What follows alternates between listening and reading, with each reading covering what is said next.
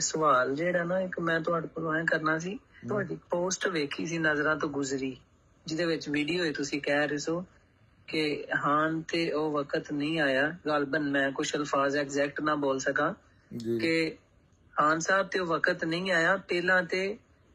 मौजूदा वजीर आजम prime ministers नू कतल कर दिता गया है। जी हाँ तुसी अपनी वीडियोज़ विच भी किया जी जी मैं पता है फेसबुक पे जी जी ਇਹ ਕਿਦੋਂ ਦੀ ਗੱਲ ਏ ਕਾਰ ਵਾਲੀ ਭੁੱਟੋ ਹੈ ਨਾ ਜੀ ਉਹਨੂੰ ਫੌਜ ਨੇ ਜ਼ਿਆ ਉਲ ਹਕ ਨੇ ਉਥੋਂ ਸੀਟ ਤੋਂ ਚੁੱਕ ਕੇ ਕਤਲ ਕੀਤਾ ਸੀ ਆਈ ਮੀਨ ਇੱਕ ਪ੍ਰੋਸੈਸ ਬਣਾਇਆ ਸੀ ਜਾਲੀ ਵੇ ਮੁਕੱਦਮਾ ਤੇ ਚੀਜ਼ਾਂ ਲੇਕਿਨ ਉਹ ਕਤਲ ਸੀ ਉਹ ਮਰਡਰ ਸੀ ਪਤਾ ਹੈ ਸਾਰਿਆਂ ਨੂੰ ਪੂਰੀ ਦੁਨੀਆ ਨੂੰ ਪਤਾ ਹੈ ਸਹੀ ਉਹਦੀ ਗੱਲ ਹੈ ਫਿਰ लियाकत अली खान जड़ा ये सारे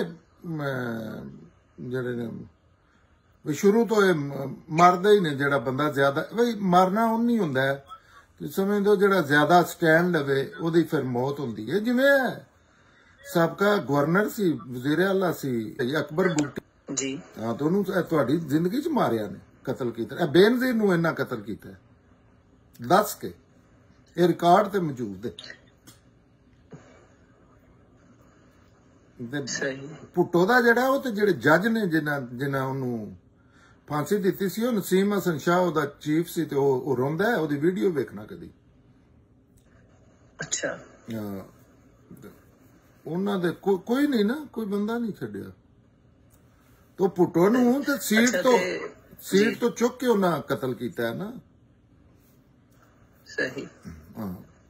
ਉਹਦੀ ਮੈਂ ਗੱਲ ਕਰ ਰਿਹਾ ਸੀ ਵੈਸੇ ਲਿਆਕਤ ਅਲੀ ਖਾਨ ਨੂੰ ਵੀ कोई भी भुट्टो तो पहला ना कोई भी जड़ा वजीर आजम है ना वो इंजे ही कोई साल रहिंदा सी कोई 2 साल कोई 2.5 साल कोई 1.5 साल जी हाँ